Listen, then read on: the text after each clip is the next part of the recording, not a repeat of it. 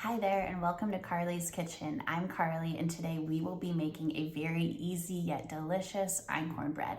So einkorn is one of the only unhybridized grains, meaning it's in its original form that God created it to be in, and so it's also a lot easier for us to digest. It also has a different type of gluten than modern wheat.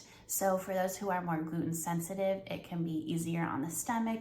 It's also very high in nutrients, vitamins, and minerals like potassium, iron, zinc, magnesium, and vitamin B6, as well as different antioxidants. So this is a very healthy grain if you're looking to boost your antioxidants, if you're wanting more B vitamins and minerals in the grains that you're eating. This is a great option, and it's also very delicious. It has a nutty flavor and a soft texture.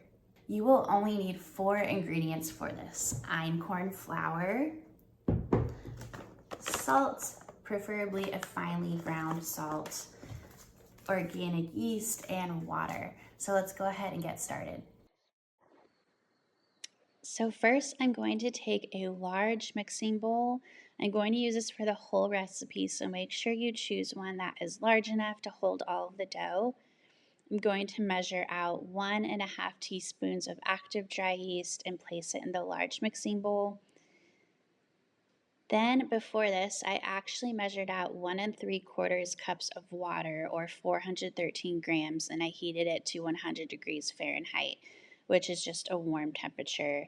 I like using my electric kettle for this to make sure I get it to the perfect temperature. Then go ahead and whisk the yeast with the warm water until it gets a bit frothy. And you'll see I'm using a digital scale here. You don't have to use one. I just like doing it to make sure everything is precise for the recipe. So go ahead and let it sit for 15 minutes to activate the yeast. Then after the 15 minutes, I'm going to take 4.5 cups of the einkorn flour, or 540 grams, and just place it right into the bowl on top of the yeast and water mixture.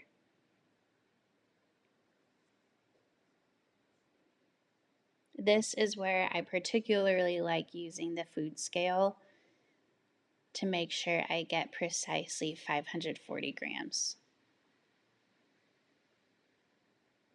So then I'm going to top this with 1.5 teaspoons fine sea salt. This is a crucial step to the recipe. One time I actually forgot the salt and the flour was really bland, because salt is a flavor enhancer, so it's very important to add.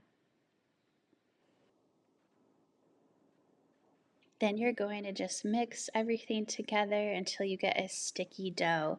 So if you're used to working with sourdough bread or other flours, this dough will be a bit stickier in consistency, and you don't want to add any more flour because this is how it's supposed to be.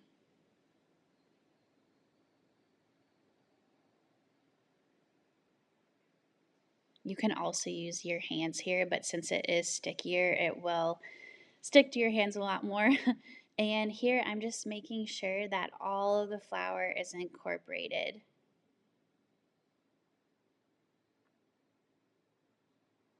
Then I'm going to cover this with some plastic wrap and let it rise for 45 minutes.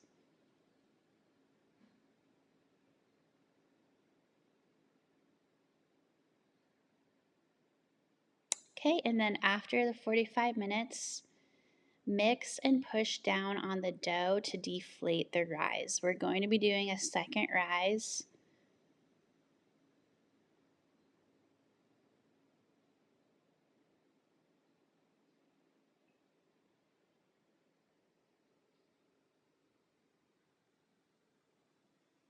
And then transfer the dough into a greased bread pan. I'm using olive oil here. You can use butter or oil of your choice.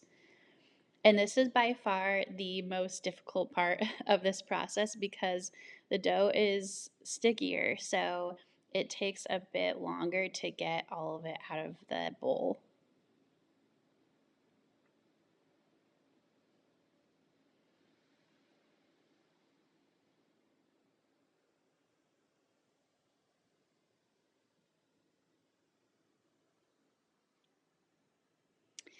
Okay, now I'm going to press down on the dough again to minimize any air bubbles.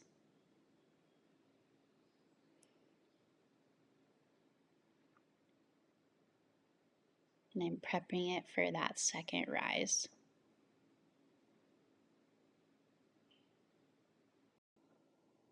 And while it is rising the second time, you'll want to preheat your oven to 350 degrees. So here it's rising again for 30 minutes. The oven is already preheated, so I'm just going to place this in and bake it for 40 minutes. When it's done baking, let it cool for 2 hours.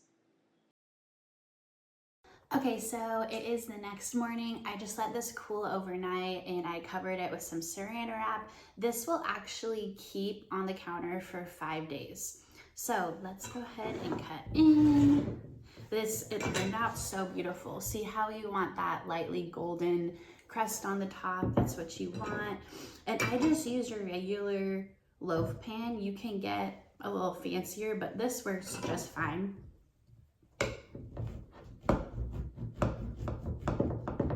Gosh, I can tell this turned out perfectly.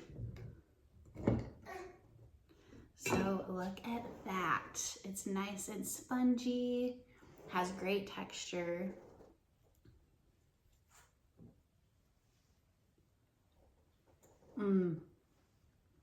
So flavorful, so nutty, so delicious.